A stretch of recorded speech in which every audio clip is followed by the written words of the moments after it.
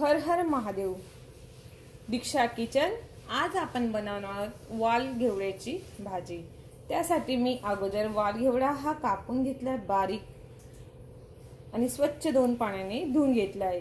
एक कांदा घेतलाय तो बारीक कापून घेतलाय. शेंगदाण्याची चटणी बनवून घेतली आहे. कढीपत्ता घेतलाय आणि खोबरं हे मिक्सर मधून बारीक कापून घेतलंय आणि एक टोमॅटो घेतलाय बारीक छोटा. जिरे घेतलंय, मीठ घेतलंय, धनिया पूड घेतलीये आणि थोडीशी हळद घेतली. चला तर मी आता कढई ठेवली. आपण तेल टाकून घेऊ. त्यात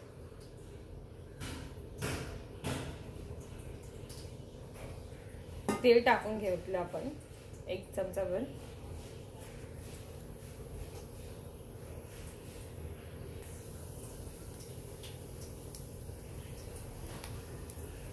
जिरं घातलं आपण बारीक फ्लेम करून. कढीपत्ता घातला. कांदा घालूया. परतून घेऊ त्याला.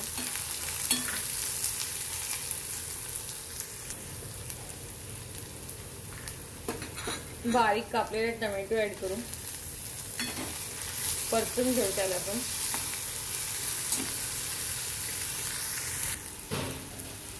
आता भाजी घालू बारीक कापून घेतलेली.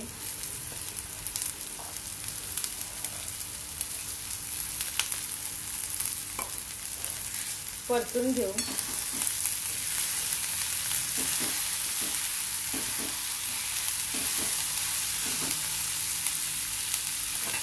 त्यावर थोडीशी हळद घालू. चवीनुसार मीठ ऍड करू. थोडंसं धनिया पावडर ऍड करू आणि परतून घेऊ.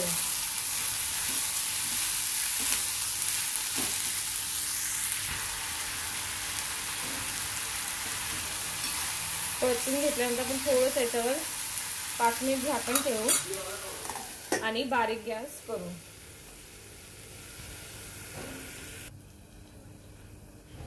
पाच मिनिट झालं. आता आपण भाजी बघून घेऊ.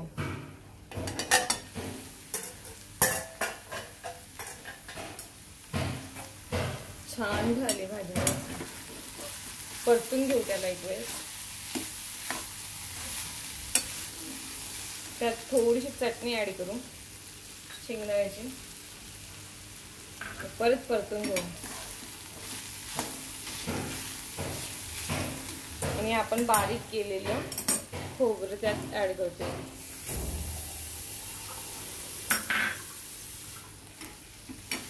परतून घेऊ. आपली भाजी ही तयार झाली. 2 मिनिटात बारीक गॅसवर हलवून घेऊ त्याला. खोबरं हे गॅस बंद करताना टाका चटणी आणि खोबरं. चटणी टाकल्यावर ते खाली कढईला चिपकून जाईल. आपण त्यात पाणी ऍड केल्याने नुसतं तेलात वाफून घेतलेली आहे. तर आपली भाजी ही रेडी झाली. किती छान झाली. आवडली असेल तर बनवून बघा, करून बघा आणि कमेंट करा.